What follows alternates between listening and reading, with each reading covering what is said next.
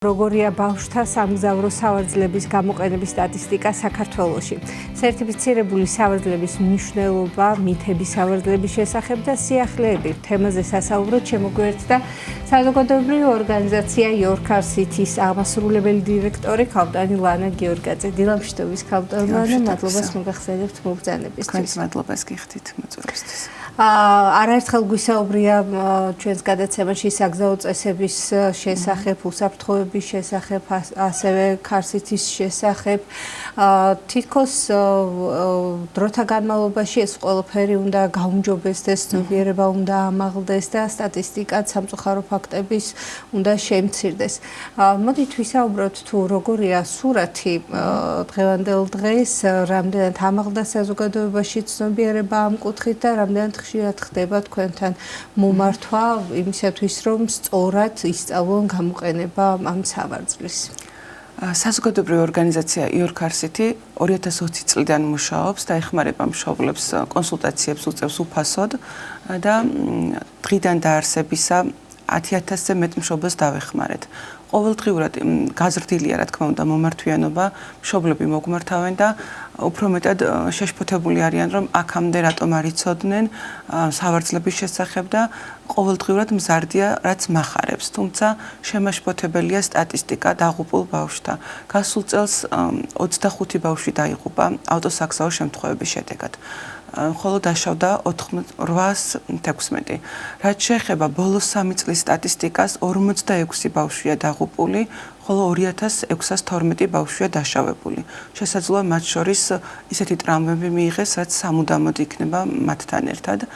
და ეს სტატისტიკა არის არა მხოლოდ ციფრები და რიცხვები, არამედ თითოეული ოჯახის ტრაგედია და რა განაპირობებს ახლა ამ ასეთ მაჩვენებელს.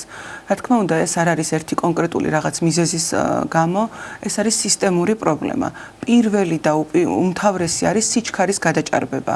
როდესაც სიჩქარე მზარდია, შედეგი ავტოსაგზაო შემთხვევების უბრალოდ შეჯახება არ არის, ეს არის ფატალურად მსრულდება შემდეგ და ყოველდღე ვხედავთ ინფორმაციას, რომ დაიღუპა ავტოსაგზაო შემთხვევის შედეგად და ერთი ან ორი პირი ან შესაძლოა უფრო მეტი პირი. ამიტომ უფრო მეტი სიფრთხილეა მიმართულებით საჭირო, რომ სიჩქარე არ არის კარგი, როდესაც მგზავრობთ. შემდეგი არის ქცევა ადამიანის, როდესაც ისინი იყენებენ მობილურ ტელეფონს, არ იყენებენ ღვედს და ან დაბნეულები არიან საჭესთან და რაღაც ქცევის გამო ხდება ეს ავტოსაგზაო შემთხვევა. მესამე და უმთავრესი, რაც პირდაპირ ჩვენთან კავშირშია, ეს არის სამგზავრო სავარძლის გამოყენების შესახებ, ან არ იყენებენ, ან იყენებენ დარღვევით და არასწორ კატეგორიას. რა იგულისხმება დარღვევაში, ამაზეც ვისაუბროთ კატეგორიაში და ასევე თუ რომელი ასაკიდან რომელ ასაკამდე არის სასურველი და აუცილებელი, სასურველი არა, აუცილებელი რომ გამოვიყენოთ სამგზავრო სავარწელი. 0-დან 12 წლამდე არის მნიშვნელოვანი რომ გამოვიყენოთ სამგზავრო სავარწელი. რა თქმა უნდა, ყველა ასაკზე სხვადასხვა კატეგორიის სამგზავრო სავარწელია და არავინ არ მოათავსებს აი 0-13 კილოგრამ სამგზავრო სავარძელში 5-6 წლის ბავშვს. და როდესაც ჩვენ გამოგვყავს სამშობიაროდან ბავშვი, იმ დღიდან უკვე ვიყენებთ 12 წლამდე. ამასთან დაკავშირებით ხშირად წერენ ხოლმე კომენტარებს, რომ 12 წლის ბავშვები ადრე ოჯახდებოდნენ და ახლა თქვენ სავარძელში გინდათ ჩასვათ. ეს რა თქმა უნდა არ იყოს სწორი, რომ ოჯახდებოდნენ და 12 წლის ბავშვი 12 წლამდე გამოიყენება და ჩვენ არ გულისხმობთ, რომ რაღაც კონკრეტულ პატარა სავარძელში მოვათავსოთ, ეს არის ასამაღლებელი ბალიში 8 წლიდან, რომელზეც მოთავსდება ბავშვი, რათა ღვედმა სწორად გაიაროს მკერდთან და არ გაიაროს კისერთან. რათა არ მოხდეს ავტოსაგზაო შემთხვევის შედეგად ბავშვის დაზიანება, ან ფატალურად არ დასრულდეს ეს ავტოსაგზაო შემთხვევა. დიახ, ასევე მნიშვნელოვანია, როგორც ჩვენ წინა შეხვედრებიდან მახსოვს და საუბრიდან დამაყურებელს შევახსენოთ, რომ მნიშვნელოვანია ასევე გავითვალისწინოთ მრავალჯერადი გამოყენების არის თუ არა ეს სავარწელი და რის განიცავს თავისთავად ეს წესებიც რომ შევახსენოთ მაყურებელს, რა უნდა გაითვალისწინოთ. ავტოსაგზაო შემთხვევების დროს სამგზავრო სავარძელი, პირველი სამგზავრო სავარძელი 90%-მდე იცავს ბავშვს. ყოველი შემდეგი ნაბიჯი უფრო ნაკლებად იცავს და უკვე ღვედთან მიმართებაში გვაქვს 50%-იანი დაცვა. თუმცა რა თქმა უნდა ეს არის ძალიან კარგი, როდესაც ჩვენ ვიცით რომ რაღაც მოწყობილობა, საშუალება გამოიგონეს, რომელიც ჩვენ სიცოცხლეს იცავს. და ზედმიწევნით თუ დავიცავთ წესებს, თუ შევარჩევთ სწორი კატეგორიის სამგზავრო სავარძელს ბავშვის ასაკის, წონისა და სიმაღლის გათვალისწინებით, თუ დავამონტაჟებთ სწორად, როდესაც გვაქვს ესეთი შემთხვევები, რომ შეიძინეს სწორი კატეგორიის სამგზავრო სავარძელი, თუმცა ის არასწორად ან უბრალოდ ჩადეს, მოათავსეს და არ დაამონტაჟეს. თუ დამონტაჟებ თან გადმოგაწვდით ამ სავარძელს კაპიტან და თქვენ რომ არჩენოთ და აუხსნათ მაყურებელს თუ როგორ არის სწორი პოზიცია სავარძლის დამაგრების მანქანაში. ეს არის ბავშვის მოთავსების 0.13 კილოგრამის სამგზავრო სავარძელი, რომელიც სახით საბარგულისკენ მონტაჟდება. რას გულისხმობს ეს? ბავშვს თავი აქვს საბარგულისკენ იხედება და ეს ნიშნავს 5-ჯერ უფრო მეტად უსაფრთხო მგზავრობას, ვიდრე ჩვეულებრივ პოზიციაში მგზავრობა. ეს კონკრეტული სამგზავრო სავარძლები, რომელიც ახალშობილისთვის გამოიყენება, არამც არ მონტაჟდება სხვა პოზიციაში, ანუ აუცილებლად სახით საბარგულისკენ.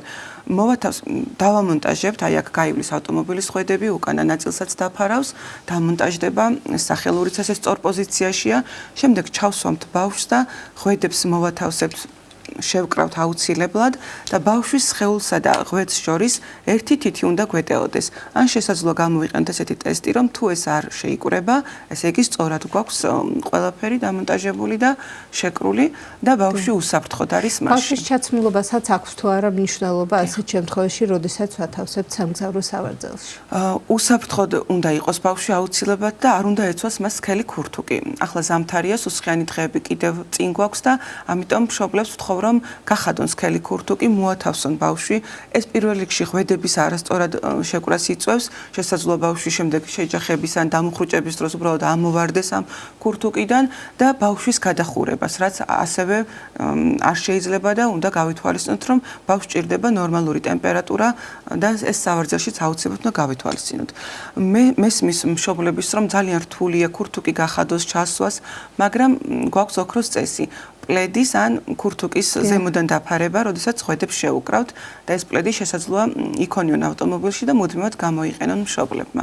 ან წინასწარ გაათბონ ავტომობილი და შემდეგ ჩაიყვანონ ბავშვი, რათა ბავშვი კომფორტულად მოთავსდეს ავტომობილში. დიახ, ასევე მნიშვნელოვანი საკითხი, ზოგ შემთხვევაში გქონიათ თუ თავისთავად ხა მცირეწლოვან ბავშვს არავინ არ მოათავსებს ცალკე უკანა სავარძელზე, ხო მარტო, მაგრამ მიაჩნიათ სწორედ, როდესაც უფროსი ან დედას ან სხვა ოჯახის წევრს უჭირავს ბავშვი ხელში და გონიათ რომ არის დაცული. ესეც თავისთავად დარღვევა. რა თქმა უნდა ეს არის დარღვევა და ბავშვის სიცოცხლის უქმნით საფრთხეს სიცოცხლეს. როდესაც ხდება შეჯახება ან რაღაც დამუხრუჭება, ესეთი ძლიერად დამუხრუჭება, ჩვენს კალთაზში მოთავსებული ბავშვი წინ გადადის და მთელი სიჩქარით მიდის წინ. ჩვენზე მეტი საფრთხე ამ ბავშვს ემუქრება. ასეთი შემთხვევებიც არის სოციალურ ქსელში, რომ მშობელი ზის, ღვედი შეკრული აქვს და ბავშვი კალთაში უზის. ანუ თვითონ დაცულია, უსაფრთხოდ მგზავრობს და ამ დროს ბავშვს დიდი საფრთხე ემუქრება. მე ვფიქრობ, რომ მშობელს გააზრებული რომ ჰქონდეს ის საფრთხე, რაც ამ ბავშვს ემუქრება, ამას არ გააკეთებდა. მაგრამ ოდესაც ჩვენ ან კომენტარებში ვწერთ მასთან, ან პირადად ვწერთ, რომ ასე აღარ უნდა მოიქცეს, რა თქმა უნდა, არა ის რომ ეს მიიღოს მშობელმა, არამედ თავის დაცვის პოზიციაშია, რომ ჩემი შვილი არ ჯდება სავარძელში და მას ურჩევნია რომ წინ იჯდეს. ამ შემთხვევაში ჩვენ ვრისკავთ ბავშვის სიცოცხლეს და გააზრებულად უკვე ვაყენებთ მას საფრთხეში. დიახ, მნიშვნელოვანი არის ასევე თავისთავად ის წეგან რაც ახსენეთ, უფრო ასაკით დიდი ბავშვებისთვის ხომ ასამაღლებელი ბალიშები, რომელიც ეხმარება გარკვეულწილად ღვედთან მიმართებაში. ეს სწორი პოზიციება როგორ ხდება და რატომ არის მნიშვნელოვანი ამ დროს ასამაღლებელი ბალიშის გამოყენება? ასამაღლებელ ბალიშზე აქვე ვიტყვი, რომ ხშირად მშობლები მომმართავენ და მეუბნებიან, რომ აი 3 წლიდან გამოვიყენებ. 3 წლიდან ასამაღლებელი ბალიშის გამოყენება არ შეიძლება კატეგორიულად, არც 5 წლიდან. ეს შეგვიძლია 8 წლიდან გამოვიყენოთ, როდესაც ბავშვს გარკვეული სიმაღლე აქვს, წონა და მომზადება იმისთვის, რომ ავტომობილის ხვედით შეიკრას სწორ პოზიციაში შემდეგ, როდესაც ამაღლებული იქნება სათანადოდ. და როდესაც მკერდთან გადის ეს ხვედი, ესე იგი სწორი პოზიციაა და არ აქვს მიბჯენილი კისერთან. რაც შეეხება მის გამოყენებას 8-დან 12 წლამდე ხდება, თუმცა ზოგი ბავშვი უკვე 8 წლისაც ისეთ 150 სანტიმეტრია და ამ შემთხვევაში რა თქმა უნდა თუ მას ერგება ავტომობილის ღვედი სწორად და ის იცავს მას არ გვჭირდება სამგზავრო სავარძელი, მაგრამ თითოეული შემთხვევა უნდა განვიხილოთ ინდივიდუალურად. და არასწორი გაკეთება ღვედის შეიძლება პირიქით საფრთხის შემცველი აღმოჩნდეს და მრავალი დაზიანებები გამოიწვიოს ხომ თავისთავად. ლანა, რომ ვისაუბროთ თქვენი ორგანიზაციის შესახებ, რომელიც როგორც აღნიშნეთ, მუდმივად უწევს კონსულტაციებს საზოგადოებას, ხო, როგორ ხდება თქვენთან დაკავშირება?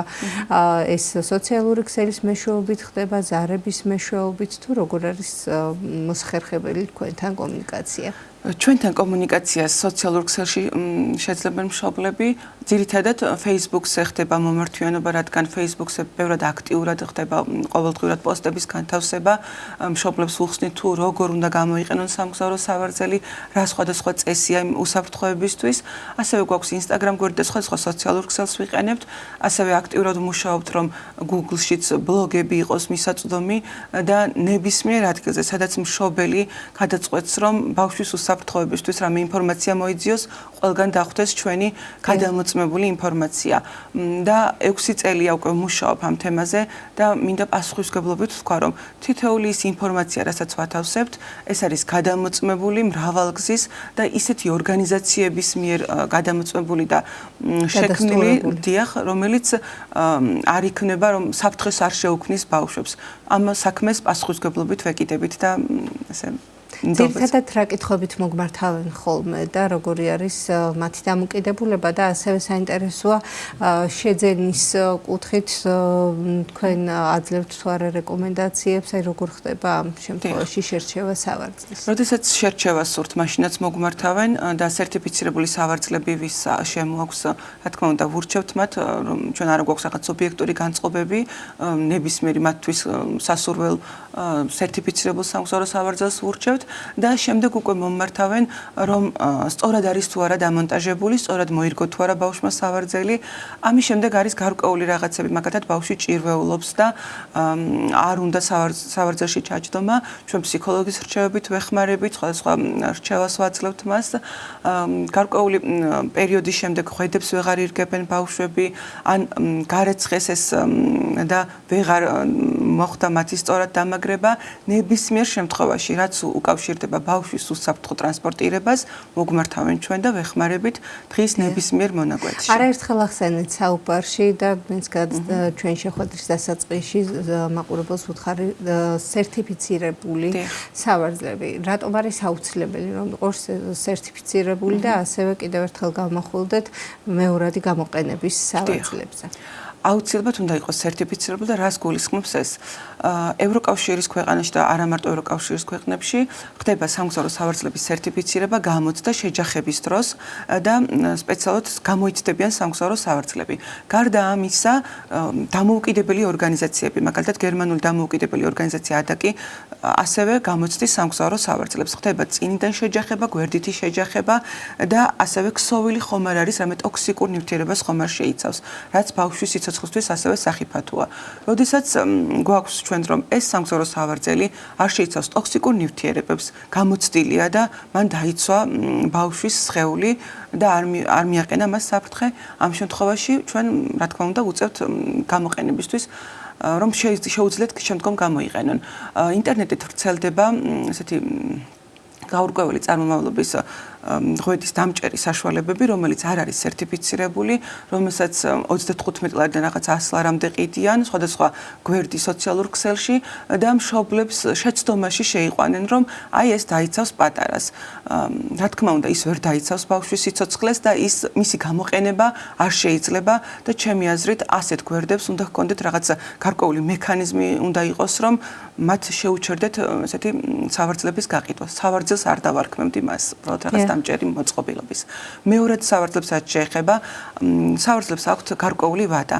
ამ კონკრეტული მოდელების არის 6 წელი, შემდეგ 6-დან 9 წლამდე და როდესაც ჩვენ ამას კარგად გამოვიყენებთ სავარძელს და გავა ვადა, რა თქმა უნდა, ამის შემდეგ მისი გამოყენება უკვე საფრთხის შემცველია. ზიანდება ეს ქსოვილები, ის ქაფი, რაც მასშია, და ასევე გარკვეული წლების შემდეგ სულ სხვა სტანდარტებია, სულ სხვა რაღაცებია, თან ავტომობილში მოთავსებული სავარძელი, რომელსაც წვიმის დროს, ყინვის დროს, მზის დროს სულ მუდმივად ავტომობილში გვაქვს, რა თქმა უნდა, ეს ყველაფერი აზიანებს ამას დროთა განმავლობაში. ლანა ის რომ როგორც ახლა ვთქვათ, იგივე ღვედებთან მიმართებაში გარკვეული ღონისძიებები გატარდა ხომ, რომ რაღაც აქციები იყო, ჯარიმები და ასე შემდეგ.